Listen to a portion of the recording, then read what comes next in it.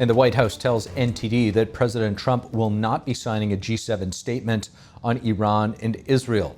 Trump is urging Iran to come to the negotiating table. G7 leaders gathering in Canada, calling for de-escalation and seeking trade talks with the United States. NTD's Fiona G. has more from Calgary, Canada. As the G7 summit continues in Alberta, Canada, President Donald Trump and UK Prime Minister Keir Starmer were just outside earlier today answering some questions. President Trump was once again asked about his stance on the Middle East. He reiterated what he thought about the Iran nuclear program. Listen. I want to see no nuclear weapon in Iran, and we're well on our way to making sure that happens. I think Iran basically is at the negotiating table. They want to make a deal. And as soon as I leave here, we're going to be doing something. The President Trump has said that Iran is essentially already at the negotiating table. He also said that he's heard from intermediaries that Iran does want to come to the negotiating table. Interestingly, though, earlier today as well, during an interview with CNN, the Israeli president actually said he does not believe Iran is coming to the table in good faith. Instead, he says Iran is using this as a front to continue advancing its nuclear weapons program. Listen. Because you can speak peaceful diplomatic, and on the other hand, underneath, you move forward to the bomb. And that was exactly the situation. What we are doing is contributing substantially to the defense and security interests of all Western and free world countries.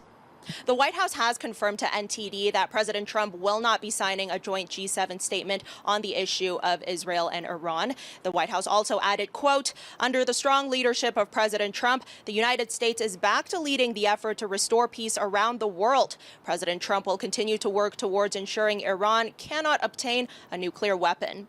More specifically on U.S.-UK relations, some big news on the trade deal. President Trump and Prime Minister Starmer say that they have signed a document finalizing the trade deal that the two parties had agreed to a month ago. Listen. Okay, and we just signed a document. A very important document. This now implements on car tariffs and aerospace. A really important agreement. President Trump has already met today with leaders of France, Canada, Germany, Japan, as well as the commissioner of the EU. There are many more bilateral meetings as well as multilateral working sessions scheduled for tomorrow. President Trump will also be holding a press conference tomorrow, so we will stay tuned for that. Reporting from Calgary, Fiona G., NTD News. And as the war in the Middle East continues, Israeli forces have reportedly struck the headquarters of Iran's state-run media. And on the same day in Israel, multiple people killed after an Iranian missile hit a residential building. NTD's Jason Perry has the update. Iran's state-run media appeared to be reporting on the war with Israel when an Israeli airstrike hit the media building mid-broadcast. Afterward, Iranian state-run media said the building that was hit was its own headquarters. The Israeli military said they ordered residents in the area to evacuate prior to the strike. A resident in Tehran said that people have begun to leave the city. People feel like something really bad might happen in the city. That's why we want to go somewhere else for the time being, until things settle down. On Monday, residents in Iran were seen leaving the country, headed to places such as Turkey, Azerbaijan, and Pakistan. Meanwhile, on Monday morning, an Iranian missile made it through Israel's air defense systems and hit this residential building in Israel. Israeli police said at least 3 people were killed and more than 30 were wounded when the missile struck the Israeli city of Petah Tikva. Israeli President Isaac Herzog visited the site and said the Iranian missile was aimed at civilians. I have news for the Iranian regime. You think you're going to tire us or make us fatigue? You're absolutely wrong.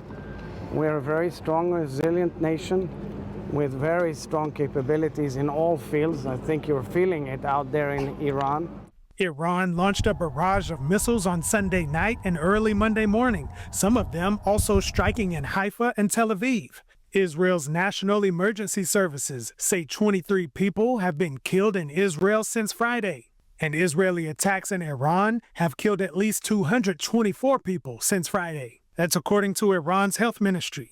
And according to Israeli Prime Minister Benjamin Netanyahu, the Israeli Air Force now has full control of the airspace above Tehran. This is a change to the entire campaign. We are on the way to achieving our two goals: elimination of the nuclear threat and elimination of the missile threat. And with control of the airspace above Tehran, Israeli forces reported striking command centers belonging to the Quds Force in central and eastern Tehran. The Quds Force is an elite branch of the Iranian military, which the U.S. has designated as a terrorist organization. And on the same day, the spokesman for Iran's foreign ministry said that Iran will continue to defend itself as long as Israel's, quote, aggression continues. Jason Perry, NTD News. Details on the fatal Minnesota shooting over the weekend. The Justice Department charging a man with killing the state lawmaker and her husband, as well as another couple that was attempted to kill. NTD's David Lamb reports. Authorities are charging Vance Belter, a 57-year-old, after a two-day manhunt. In federal court Monday, Belter said he couldn't afford a private attorney for the 6 federal charges he faces. But the details of Belter's crime are even worse. They are truly chilling. It is no exaggeration to say that his crimes are the stuff of nightmares. Belter stalked his victims like prey. He went to their homes, held them out as a police officer, and shot them in cold blood. Authorities say the disguised suspect shot and killed Minnesota State Representative Melissa Hortman, a former Speaker of the State House, and her husband. I want to start by expressing our deepest condolences to all who loved Melissa and Mark Hortman. They were parents, neighbors, and friends. Before the killings, authorities allege that Belter also shot and wounded another Democratic lawmaker, State Senator John Hoffman, and his wife at their home a few miles away. In the early morning hours of June 14th, Belter went to the homes of 4 Minnesota state politicians with the intent to kill them. Belter first traveled to the home of Minnesota State Senator John Hoffman in Champlin, Minnesota. Belter arrived at the senator's home disguised as a police officer. He arrived in a black SUV with emergency lights turned on and with a license plate that read police. Belter wore a black tactical vest and body armor. He carried a flashlight and a Beretta 9mm handgun. He also wore a hyper-realistic silicone mask. Acting U.S. Attorney Joseph Thompson said Belter had his emergency lights turned on, carried a flashlight and handgun, and wore a black tactical vest, body armor, and a hyper-realistic silicone mask. A moment in this country where we watch violence erupt. This cannot be the norm. It cannot be the way that we deal with our political differences. Now's the time for us to recommit to the core values of this country. Belter is set to remain in custody until his next court hearing on June 27th. David Lamb, NTD News. As unrest continues to unfold across the country, President Trump this weekend directing ICE to expand operations in cities run by Democrats. Meanwhile, Trump saying he's willing to stop deportation efforts in both the agriculture and service industry. To unpack these developments, we're joined by former Congresswoman Nan Hayworth and Jason Palmer, former Democratic presidential candidate and co-founder of Together. Welcome to you both. President Trump has called for ICE to expand deportation efforts in cities and do all in their power to carry out these deportations. He was asked about this morning. Let's have a listen. Yeah, I want them to focus on the cities. Of that vast numbers of those people were murderers, killers, people from gangs, people from jails. They emptied their jails out into the U.S. Most of those people are in the cities, all blue cities, all Democrat-run cities, and they think they're going to use them to vote. It's not going to happen. Jason, your reaction to President Trump? President Trump keeps kind of misunderstanding why immigrants are coming to the United States. Most immigrants are coming to the United States for economic jobs. And less than 0.4% of immigrants are actually the criminals and killers that he's talking about. I agree completely with President Trump that we should actually be rounding up the criminals that are here that have come across our borders.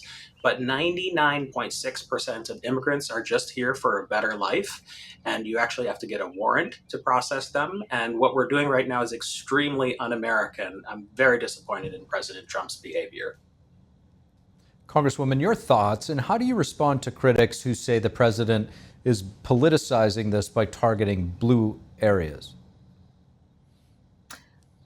Well, if you look at every major city, practically every major city in the United States and all of the sanctuary cities, it is a core principle, it seems, of the Democratic Party and of leaders in the Democratic Party that sanctuary of migrants who are present in this country in violation of our laws is something that they will provide. So, we had millions of people flow in from other countries, unvetted or virtually unvetted during the previous administration.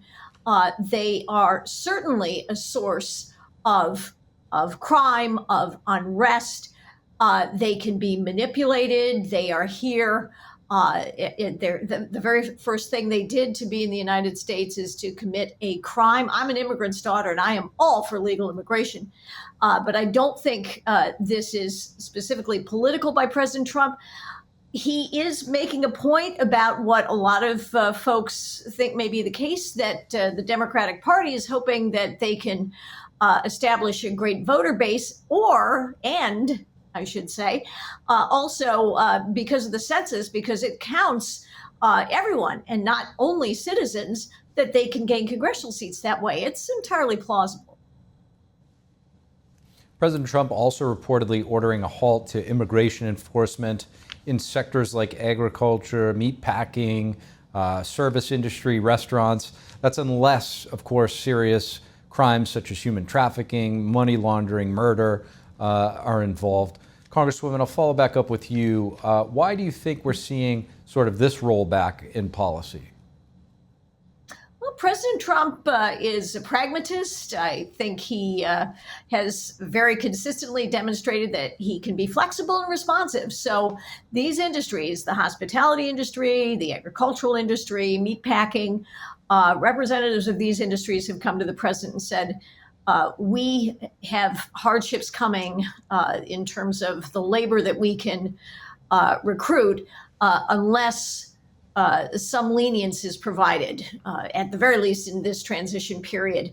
Now, we bear in mind that there are certainly reports from parts of the country that employers in these industries are able, certainly in the meatpacking and agricultural industry, are in fact able to hire American citizens or people legally here to take some of these jobs, but it's not at scale. So I think the president is responding to that challenge.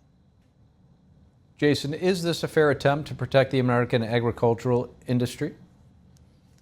It's interesting because 80% of Americans believe in common sense immigration reform. And it's a hint that President Trump actually believes that too, despite all the deportations that he's carrying out.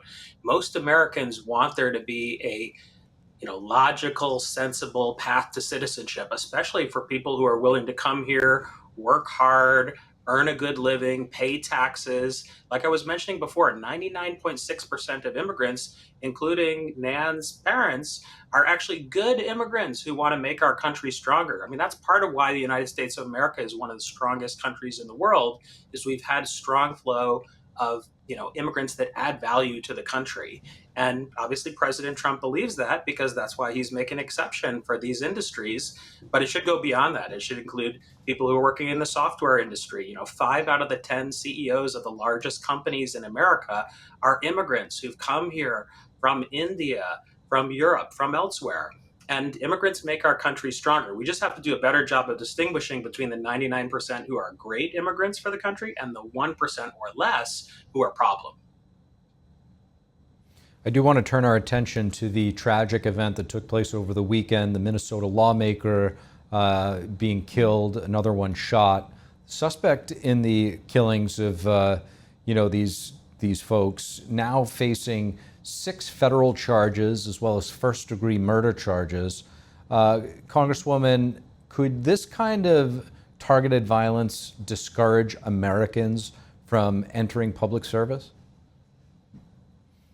Well, as someone who participated in elective politics, and I think, Jason, you did too, it's always a matter of great vigilance. There are definitely some folks who feel that threats and intimidation can gain political prizes. They don't, but it is always an undertaking that we have to bear in mind can be fraught with risk. The penalties for the kind of crime that we witnessed in Minnesota, and especially, I would say, imitating law enforcement. I feel that there should be enhancements in sentencing for anyone who imitates law enforcement. This violence is to be condemned. This man obviously will be prosecuted and faces both federal and state charges. And I'm glad that he was apprehended relatively quickly. Jason, do you think this could make public officials hesitant to speak out or take tough positions that go against popular opinion? I think it's sort of logical. Like, if people are being shot because of their political opinions, then that's going to make them hesitant to speak out or engage in public service. However, I do agree completely with Nan that, this is a terrible crime. We settle our differences by debate. That's what we do as Americans. We do not settle our differences at the point of a gun or by violence. This has been a core value of people on all sides of the aisle, Republicans, Democrats, Libertarians, Greens. We all believe in actually working together across the aisle to actually pass policies and not try to increase the polarization such that people like this gentleman, engage in political violence. That's not American, and we don't believe in that. Jason, the suspect in the shooting had a hit list of 45 officials. Should lawmakers have more protection, or is there another solution? We've seen, attempts at Gabby Giffords. Who else? Congressman Steve Scalise. President Trump was shot at. Yeah, I mean, it's increasing. Absolutely, we should be doing something different. When I saw the news right away that these people's home addresses were available online, I thought that's probably good in the 1890s, but that's not the way we should be doing things in 2025. People who are elected officials, people who are judges, their home addresses should not be available online. And then, in terms of the security, clearly we do need to do a better job of, we should have red flag laws, which we don't have right now in a lot of states. I've been in favor of a red flag law at the national level as well. But we do need to do a better job of catching these things before they happen. And, I have a feeling it's going to come out in the near future that this person had been posting things on Facebook or elsewhere that people knew he was riled up. And, this is it's not always something that you can anticipate, but we need to do a much better job of anticipating these types of things and stopping them before they happen. Congresswoman, your thoughts? Well, I agree with Jason that because of their prominence, public officials, public figures, and of course, because of the decisions that they have to make, with which some people may vehemently, indeed violently disagree. There was a judge in New Jersey who herself managed to escape being killed, but her son and her husband were, and that was a couple of years ago.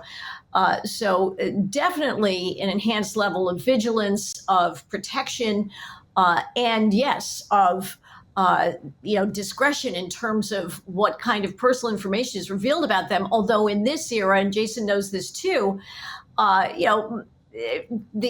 every form you file with the Federal Election Commission can contain a lot of personal information. So, people know where to find that. And I don't disagree with him that if somebody's making active threats in a way that we can identify, they definitely need a higher level of scrutiny and, whatever kind of protection, restraining orders may be needed to try to prevent terrible things from happening.